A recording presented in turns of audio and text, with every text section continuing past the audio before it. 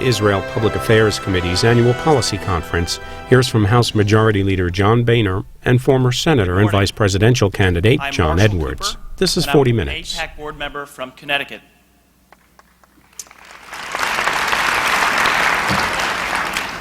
If you were to ask John Boehner's colleagues to describe him in one word, that word would be determined. In 16 years in Congress, he has demonstrated this determination through some of the toughest legislative and political battles, gaining the respect of members of both parties in the process. This determination has characterized his work in issues important to the U.S. pro-Israel community. He has consistently supported foreign aid to Israel, as well as legislation that aims to block Iran's pursuit of nuclear weapons. In his years as a lawmaker, his door has always been open to us, and his commitment has always been clear.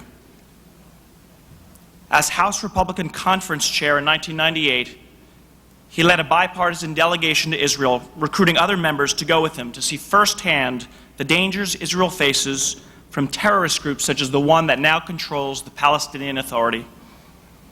While in Israel, they toured Jerusalem, the Golan Heights, met with the Israeli Prime Minister and top security officials. He understands what Israel is up against and how important it is for America to have an ally like Israel in the world's most unstable region. We are proud to have him as our ally and our friend. Ladies and gentlemen, please join me in welcoming the new and very determined Majority Leader of the House of Representatives, John. This is a crowd. Let me just say thank you for your warm welcome this morning. I am the new Majority Leader, and it's really quite an honor to be chosen by your colleagues.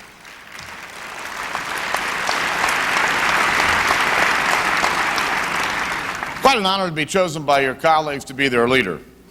And over the course of a campaign that lasted 26 days, locked in a small room with a phone attached to my ear, you learn a lot about your colleagues and what they're interested in.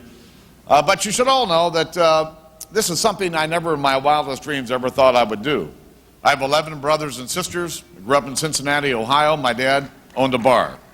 And I got involved in the private sector, was running a business, and along the way got involved in my neighborhood homeowners association and ended up in the United States Congress. This too could happen to you.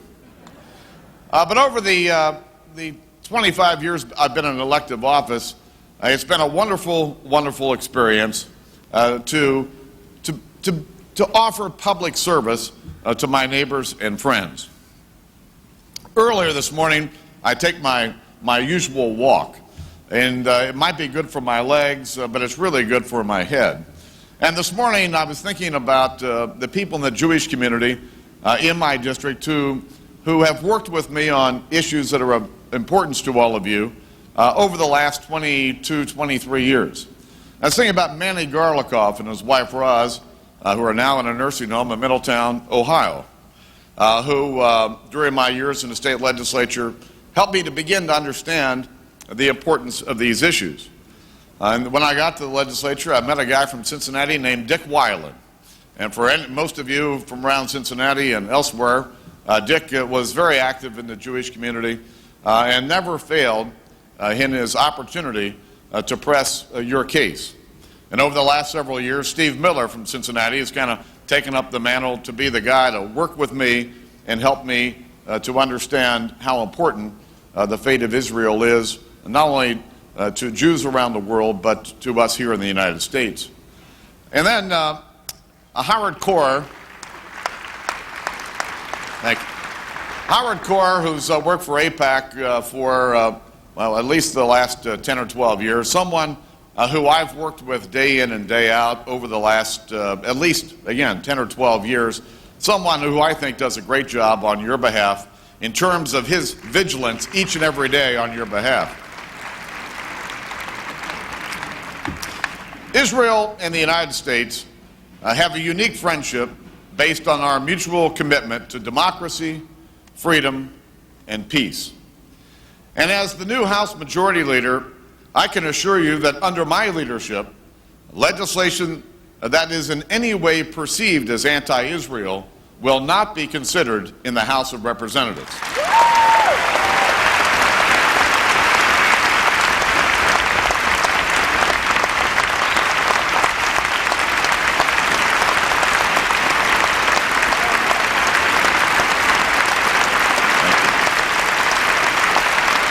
Thank you very much. I think it's important for all of you to understand what this commitment means. As Israel's friend, the United States recognizes the delicate nature of Israel's security situation and its state of political affairs. It is with this firm recognition that we offer a durable and unyielding alliance between our two great nations. The rise of radical Islamic fundamentalism in the Middle East has dramatically increased the threat to Israel's national security and their very existence.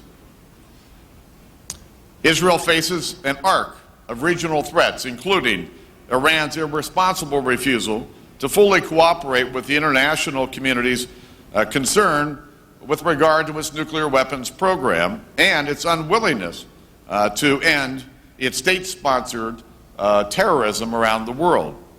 The election of Hamas in the Palestinian parliamentary elections, and the resurgence of Hezbollah operating in Syria and Lebanon, and the recent parliamentary wins by the Muslim Brotherhood in Egypt.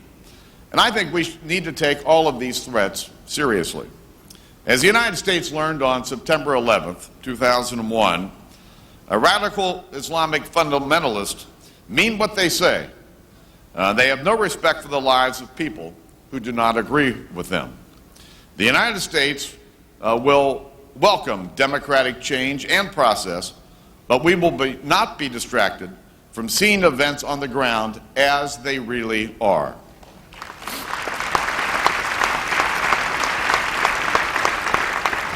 The United States will work with Israel and the international community to find a solution to the current showdown with Iran.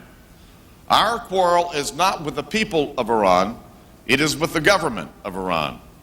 The United States will work with our partners to mobilize and support pro-democracy groups in Iran.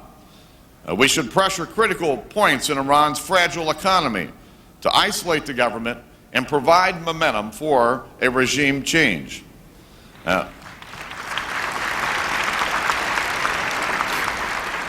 We will not, however, allow political maneuvering to distract or delay our response to Iran's breach of its international legal commitments regarding its nuclear weapons program. The recent Palestinian parliamentary elections are also an issue that the international community needs to address. The United States will respect fair, open, and independent democratic elections around the world. However, we will not be blind to the actions and decisions of governments which do not respect their international commitments and their domestic obligations. And until Hamas changes course, dismantles its terrorist organization, and agrees to work toward a peaceful settlement with Israel, no taxpayer funds should be provided to support this Palestinian government.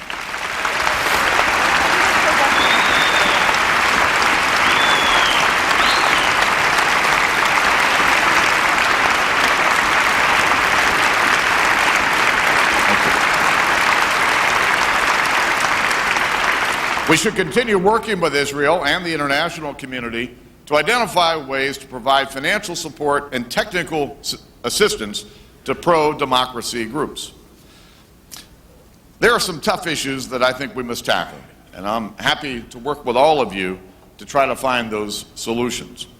In 1998, I took a group of members on a trip to Israel, which had a huge impact on me personally and on my awareness of the threat that Israel faces. Whether we're standing at the Wailing Wall, going to the Temple on the Mount, or standing on the Golan Heights and beginning to realize just how small and how close many of these enemies are, it was seen firsthand for me, the real vulnerability that Israel faces.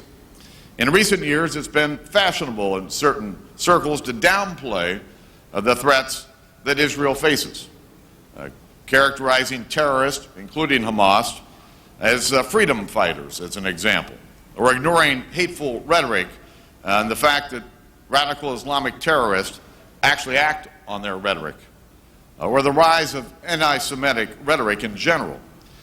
We need your continued passion and dedication to fight these alarming trends and raise awareness that Israel's struggle is our struggle.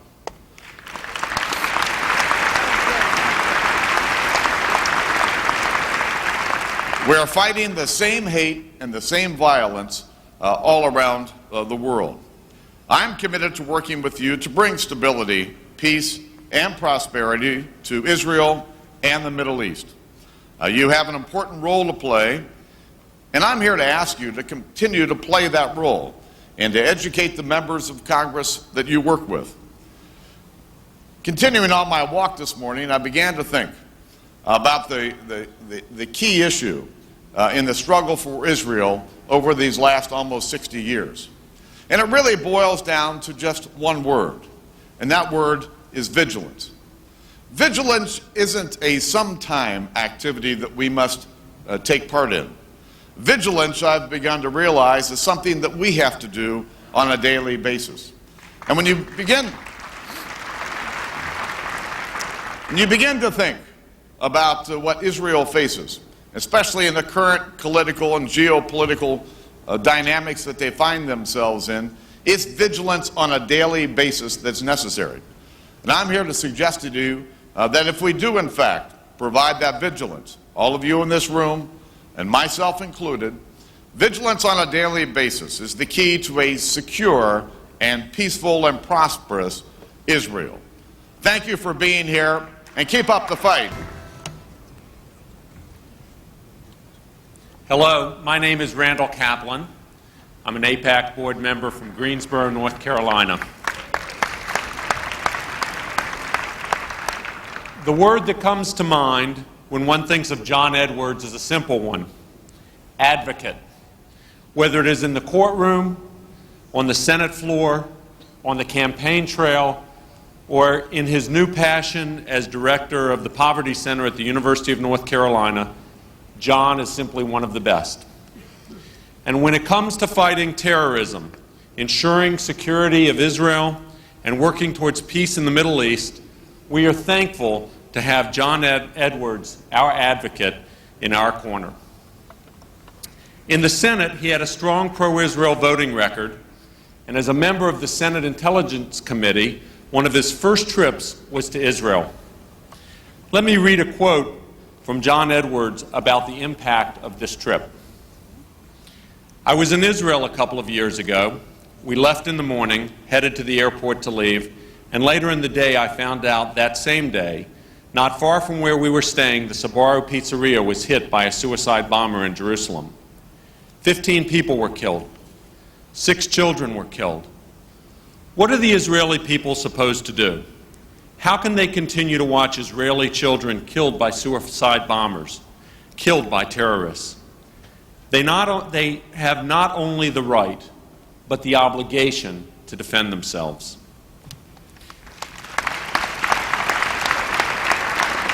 This is a man who has seen firsthand what Israelis face and has asserted that Israel's self-defense is simply not its right, but its obligation. This is a man who has a real understanding of the principles and values that bind Jerusalem and Washington. Ladies and gentlemen, I'm pleased to introduce to you former senator, former vice presidential candidate, and I suspect perhaps future presidential candidate, John Edwards.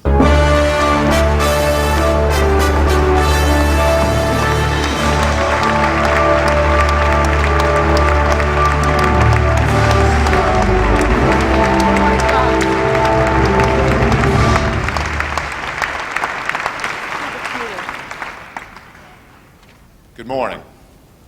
What a pleasure to be here with all of you.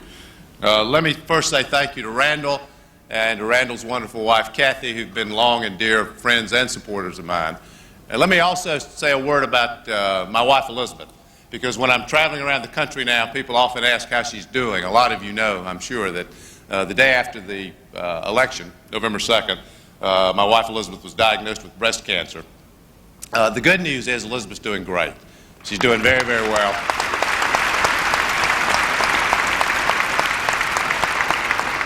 She finished her treatment last summer. We actually had a bunch of tests done just before Christmas, this past Christmas, and I'm always knock on wood when I say this, she's cancer-free, so we're all very pleased about that.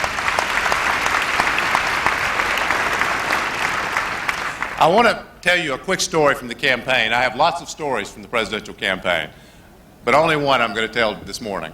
And actually, I know that Vice President Cheney will be here to speak with you tomorrow. This is a story that I know he's heard and he enjoys too. So it happened the night of the vice presidential debate, which I'm sure a lot of you saw on television. It took place in Cleveland, Ohio. About 44 million people watched the debate on television. And when the debate was over, they did what they always do at these debates. The cameras are still rolling. They brought the families up on stage. So my wife Elizabeth came up first. Then my daughter, my older daughter Kate, who some of you will remember, came up. She lives in New York now, works for Vanity Fair magazine. And then my two younger kids, who some of you will remember, Emma Claire, who was 6 at the time, and then Jack, who was 4, came up on the stage. Jack came running over to me. He jumped up in my arms. He said, "Dad." I said, "Not now, son. We're still waving to the camera." A couple more minutes passed, and he said, "Dad," and I said, "Not yet. We're still waving." Finally, he said, "Dad," and I said, "What?" And he said, "Which one's Cheney?"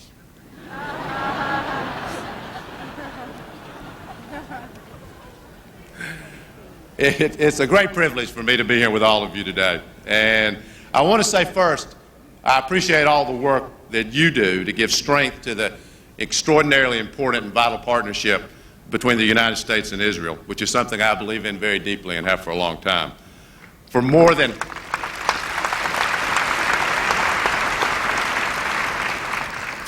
half a century, the alliance between our countries has been one of the most enduring and most important, standing for our shared values of liberty, opportunity, and hope.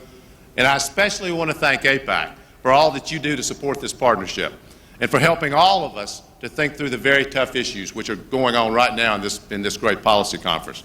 Your work is critically important today when America and Israel face so many challenges, which I know you'll be discussing during the course of this conference.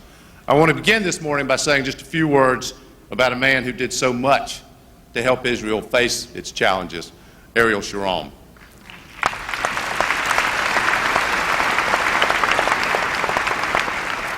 Prime Minister Sharon is one of the giants of Israel's history and one of America's great friends. And I myself, I appreciate today the time that I was able to spend with him when I was in Israel. Throughout his career in public service, and especially during the past few years with his historic decision to evacuate Gaza, Prime Minister Sharon acted in the only way he knew how to act. He made brave, bold decisions to ensure a strong and secure Israel. His legacy, commitment to service, strong leadership, unstinting patriotism, and a deep belief in the vital partnership between Israel and the United States is something that all of us should admire, must always remember, and never stop working to uphold.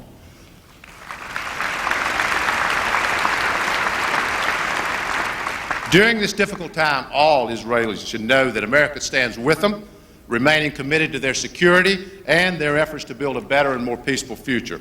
And as we all wish the Prime Minister our love and affection for he and for his family, our thoughts and prayers are with him every day. More than anyone else, Prime Minister Sharon understood that a strong Israel is a safe Israel. And we need to remember, all of us need to remember the example that he set, especially as we consider the extraordinary security threats that Israel faces today.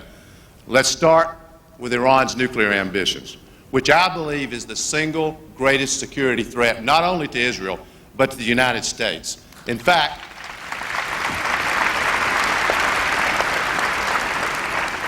today is a pivotal day with the IAEA meeting to send the matter to the UN Security Council to take action. It's about time, is what I have to say about that.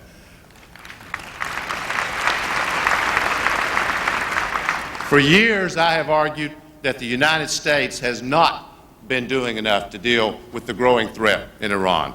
While we've talked about the dangers of nuclear terrorism, we've largely stood on the sidelines as the problems got worse. I believe that for far too long, we've abdicated our responsibility to deal with the Iranian threat to the Europeans. That is not the way to deal with an unacceptable threat to America and an unacceptable threat to Israel.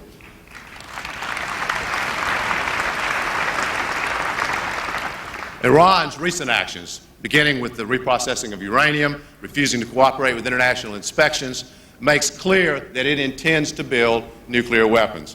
And the Iranian president's statements, such as his despicable description of the Holocaust as a myth or his ugly pledge to wipe Israel off the map. You know, when he says these kind of things, I take him at his word.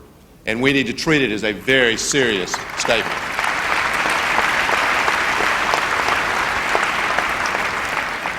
And we all know that if Iran goes nuclear, it increases the likelihood that Saudi Arabia would be next, making Israel's neighborhood even more dangerous.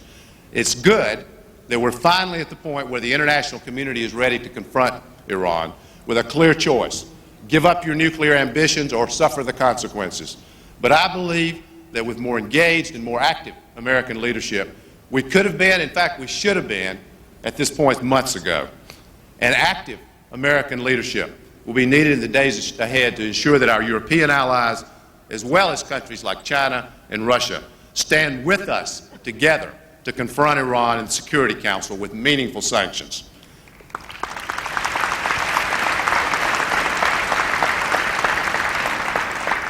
The truth is that for too long we've muddled through on this threat. Now we need to make a clear stand that Iran cannot and will not have nuclear weapons. Keeping nuclear weapons out of Tehran's hands is a strategic imperative for the security of the United States, for Israel, and for the world. And we need to do what we can to help encourage democratic change in Iran. Iran is the greatest external threat facing Israel, but just as alarming is the threat on its doorstep, a Palestinian leadership led by Hamas. Hamas makes no effort to disguise its top priority, to destroy Israel. Its charter promises to raise the banner of Allah over every inch of Palestine and spouts the darkest of anti-Semitic claims. I'll never forget, and I heard Randall make reference to this just a minute ago, I'll never forget on August 9th, 2001, as I was just ending a trip to Jerusalem, when a Hamas suicide bomber wearing an explosive belt of nails, screws, nuts, bolts blew up the Sbarro Pizzeria, not far from where we were staying at the King David Hotel. 15 innocent people died. 6 children died. This is now the face of the Palestinian leadership. With such a threat, Israel not only has the right, Israel has the obligation to defend itself. And we have to be there with them as they do it.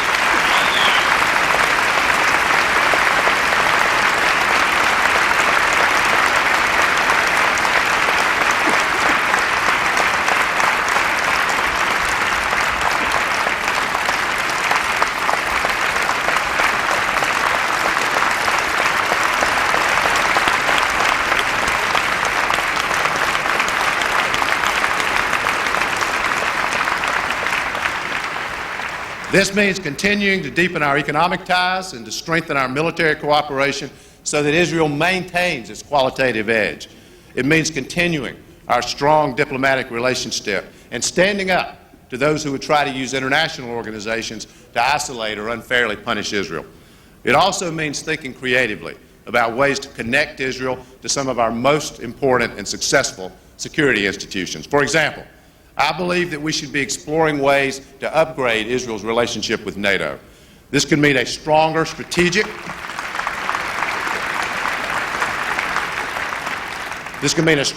closer strategic and operational relationship. It could mean more exchanges and planning cooperation. It could even someday mean membership. NATO is the greatest democratic security alliance in the world today. It now has a mission that goes far beyond Europe, as we've seen in Afghanistan. So it's only natural that we should work to deepen its cooperation with Israel. And I believe the United States should lead this effort to strengthen NATO's relationship with Israel.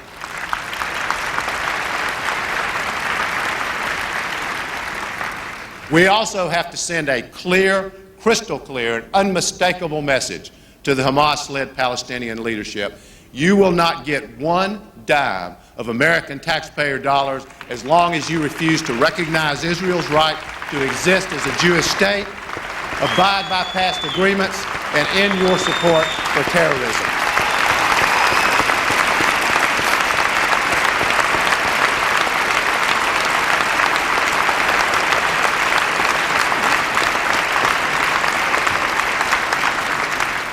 Now that Hamas has to deal with the responsibility of governance, we cannot let it off the hook. It can't get anything for free. And while the international community should continue to help the Palestinian people's humanitarian needs, like food and medicine, outside assistance for Palestinian development or governance is not an entitlement.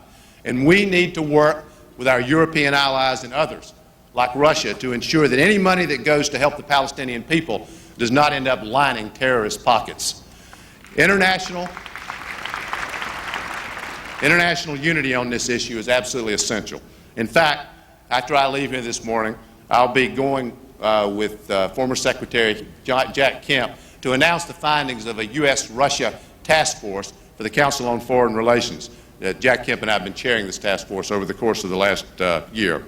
U.S. Russia cooperation can in fact help the United States deal with some of the most difficult problems we face. Yet regrettably, that cooperation has become the exception, not the norm. Our report, in fact, is a wake-up call to get the U.S.-Russia relationship back on track to meet the challenges that face us and face the world. In fact, Russia's behavior toward Hamas is a very important test for Russia. What Russia does next will have serious ramifications for our relationship with Russia. And I want to end this morning saying just a few words about what I think is the great issue facing America here at home and the great issue facing America around the world. I believe that there is a huge void in moral leadership in America today. And you watch what's happening, most of you saw this on your television screens, as a result of the hurricane hitting the Gulf Coast. And for many Americans, they saw the face of poverty, as we saw in the lower Ninth Ward, for example, in New Orleans, a face that they either hadn't seen or didn't want to think about. You know, I have a very simple view about this. In a country of our wealth and our prosperity, to have 37 million people who wake up in poverty every day is wrong. And we, all of us together, have a responsibility to do something about it.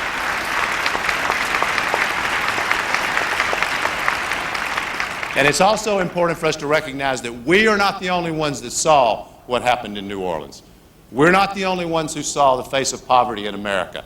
The world saw the face of poverty in America. I saw a publication from overseas shortly after the flood hit New Orleans, and it had pictures of victims from the lower Ninth Ward. And the headline was, "The Shaming of America." The world is watching. They want to know whether the most prosperous, powerful nation on the face of the planet is actually going to turn its back on 37 million of its own people who wake up in poverty every day. There's so much opportunity, so much good to be done by helping people help themselves. And it's not just what we do here at home. It's not just addressing what I believe is the great moral issue here in America. It's also America providing moral leadership around the world. You know, I was in Britain not long ago, and I spent an hour and a half with the Prime Minister, Tony Blair, and listened, just the two of us, listening to him talk about Britain's attempt to lead on the big issues, the moral issues that face the world. You know, poverty in America is moderate compared to poverty around the world. Half of the planet lives on $2 or less a day. It's almost 3 billion people. Where is America? Where is American leadership? While we have this extraordinary policy conference today, there's a genocide going on in Sudan, in Darfur. Black people are being killed, driven from their homes. Black women are being raped. We said, after Rwanda, America said, this will never happen again. You'll remember the phrase, not on our watch. It's happening right now. And where is America? Where is American leadership?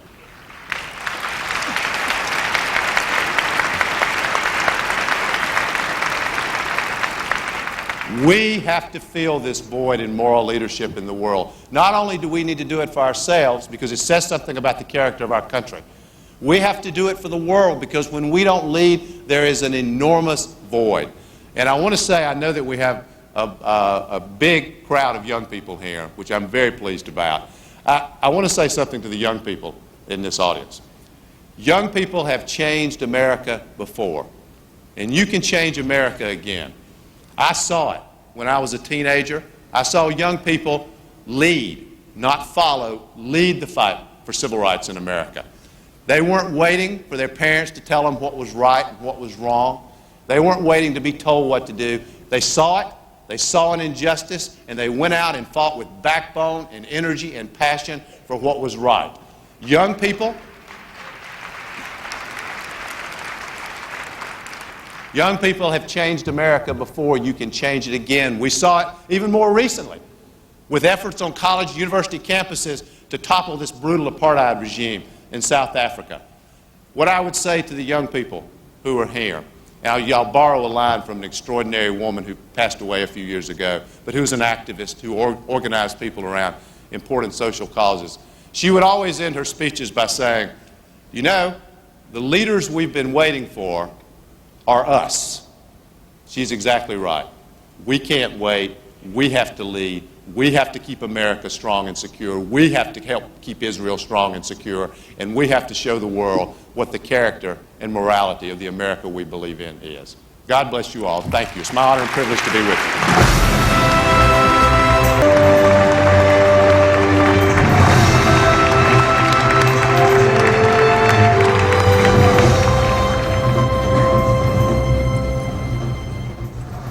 Thank you, Senator Edwards.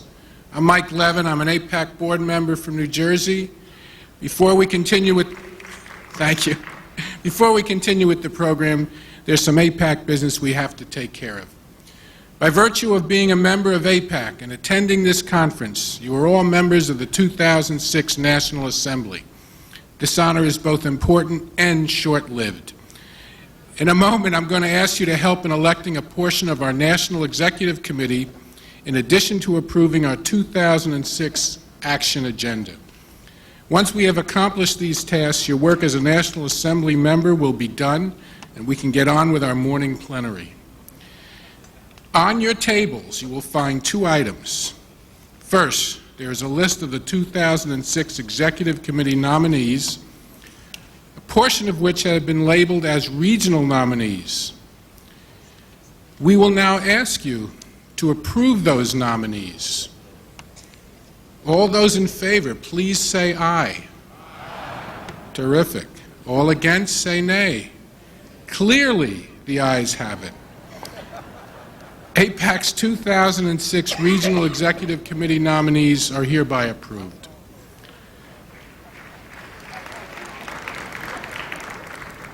The second item you will find is a copy of AIPAC's 2006 action agenda, which was approved by AIPAC's Executive Committee yesterday morning, and for which we now ask once again your approval.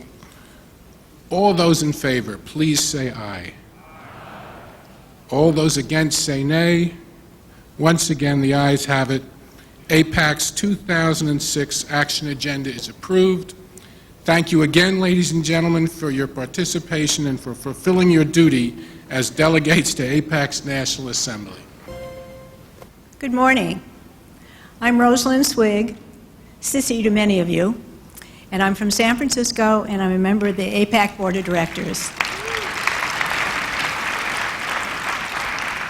It's now my pleasure to introduce the second in our series of addresses coming to us from Israel. Prime Ministerial candidate and chairman of the Labor Party, Amir Peretz. Peretz defied the polls and the pundits when he was chosen over Shimon Peres to lead the Labor Party into elections later this month, becoming the first Sephardic Jew in Israel's history to head a major political party.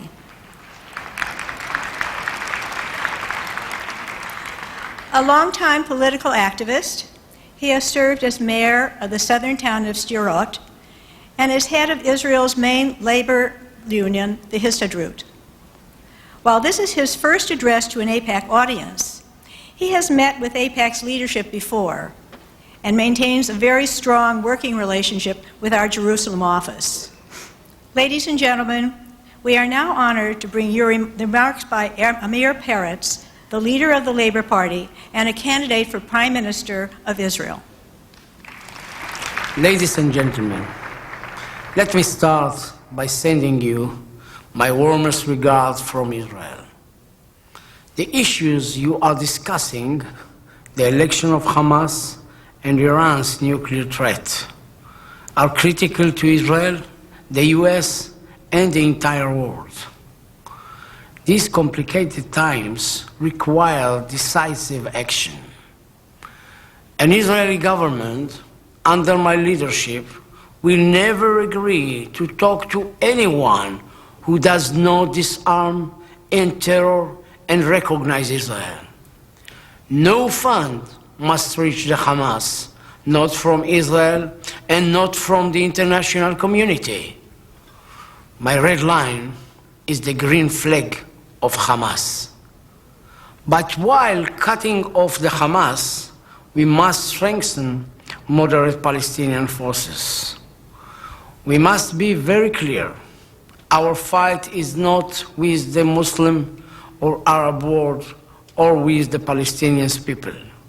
Our fight is only against terror. Iran is today a threat not only to Israel, but to the entire free world. The international community must unite to stop Iran's nuclear program. The Security Council must use all of its authority to stop these dangerous situations. Israel will leave every option open to protect ourselves.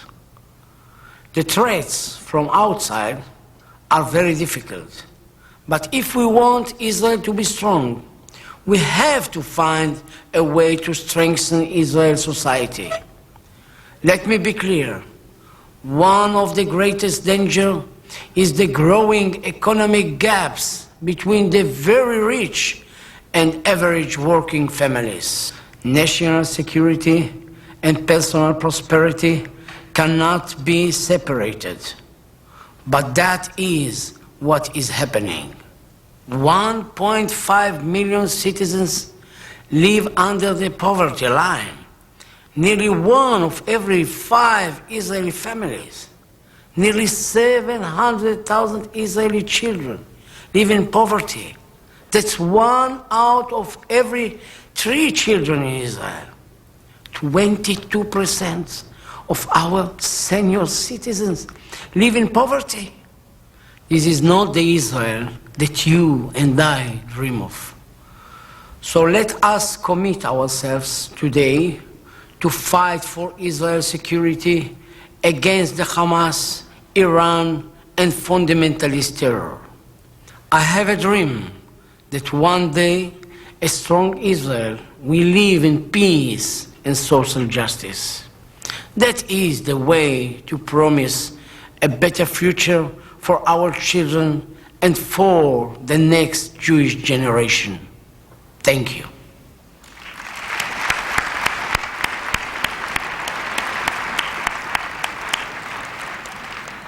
We truly appreciate Mr. Peretz's willingness to take time out of his busy schedule to speak to us about these important issues.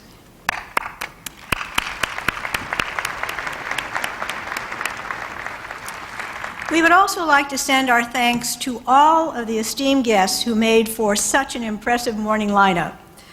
We really appreciate your time today and your dedication to the critical issues that are shaping the United States and Israel every day. So now, my friends, we have a wonderful series of programming awaiting you. And at this time, I ask that each of you please proceed to your regional meetings to prepare for tomorrow's critical lobbying sessions. And thank you very much and enjoy the rest of your day.